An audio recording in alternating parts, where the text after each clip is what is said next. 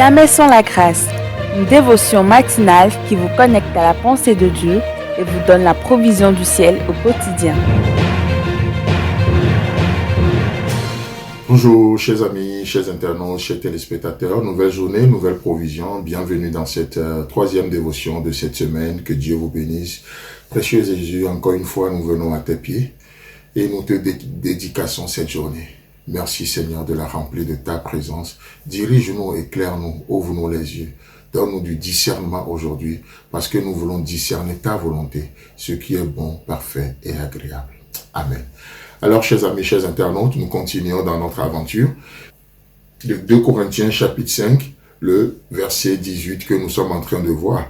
Et il est écrit, « Et tout cela du début à la fin est l'œuvre de Dieu. » Voyez-vous? Et comment, je crois que c'était hier, on parlait justement du fait que le prix a été payé et aujourd'hui, vous pouvez jouir de votre vie. Nous pouvons jouir de votre vie. Hier, j'avais reçu un commentaire qui disait, « Ouais, mais pasteur, qu'est-ce que tu penses du message de la prospérité ?» Et comme j'aime bien le dire, je dis, « Tu penses que je prêche quel message? Tu penses que je prêche quel Dieu? Tu penses que nous prêchons quel Dieu? » Il faut vraiment se poser des questions. Parce que parfois, nous réagissons juste vis-à-vis de certaines tendances. J'ai compris ce qu'il voulait dire, mais je voulais le défier, l'amener à réfléchir un peu plus. Ton Dieu est-il contre la prospérité? Si tu me parles des moyens, des choses que les gens utilisent aujourd'hui pour abuser, pour jouer sur les émotions, je comprends et je condamne la méthode.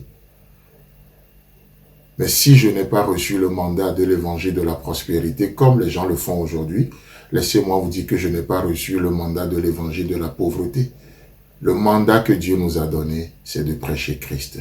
Christ et Christ crucifié. C'est tout. Si Dieu se manifeste, si Dieu veut bénir, il bénit qui il veut, comme il veut, quand il veut.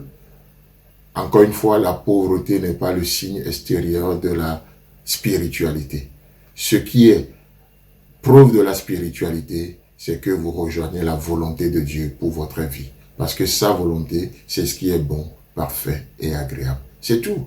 On n'a pas besoin de se battre avec les hérétiques, on n'a pas besoin de nous justifier. Non, nous vivons Dieu et Dieu nous conduit dans son amour. C'est parfait, voyez-vous. Donc, nous continuons ce verset 18, il nous a réconciliés avec lui-même par le Christ et il nous a confié le ministère de la réconciliation.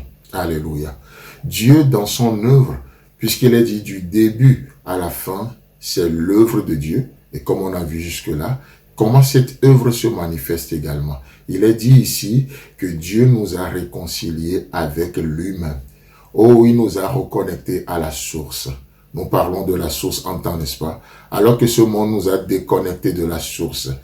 Il nous propose des choses qui sont bonnes, qui sont bien, mais déconnectées de la source. Et on a tellement de possessions, mais sans le cœur de Dieu. On a tellement de bonnes choses, mais sans le cœur de Dieu. Voyez-vous? Mais Dieu nous désire. Dieu ne s'attaque pas à la possession, mais Dieu désire juste nous reconnecter à la source pour que vous puissiez jouir de ce que vous avez, pour que vous puissiez jouir de votre vie en Jésus-Christ. Voyez-vous, Dieu veut que nous jouissons de notre vie en Christ, tous les privilèges qui sont les nôtres. Et c'est pour ça que la première chose à faire, c'est d'être reconnecté avec la source. Il nous a réconciliés avec lui-même. J'aime bien cette expression, lui-même, parce que c'est lui notre vrai besoin. Il nous a réconciliés avec lui-même, la source, et le moyen qu'il a utilisé pour faire cette œuvre, il est dit, par le Christ. Il n'a pas utilisé la religion, il n'a pas utilisé une connaissance, je ne sais pas, mais par Jésus-Christ. Par Jésus-Christ, il nous reconnecte à la source. Par Jésus-Christ, il nous reconnecte à lui-même. La source, le moyen et le but, qu'est-ce que c'est? Et il nous a confié le ministère de la réconciliation. Waouh! En d'autres termes, Dieu nous dit ce matin, comme j'ai fait pour vous, allez-y et faites de même pour les autres. Comme j'ai été bon pour vous, allez-y et soyez bons avec les autres. Comme je vous ai pardonné, allez-y et pardonnez-vous les uns les autres. Comme je vous ai accueillis, allez-y, accueillez les autres. N'est-ce pas beau ça? Et c'est ça notre ministère, le ministère de la réconciliation. La source, le moyen et le but. Que Dieu vous bénisse.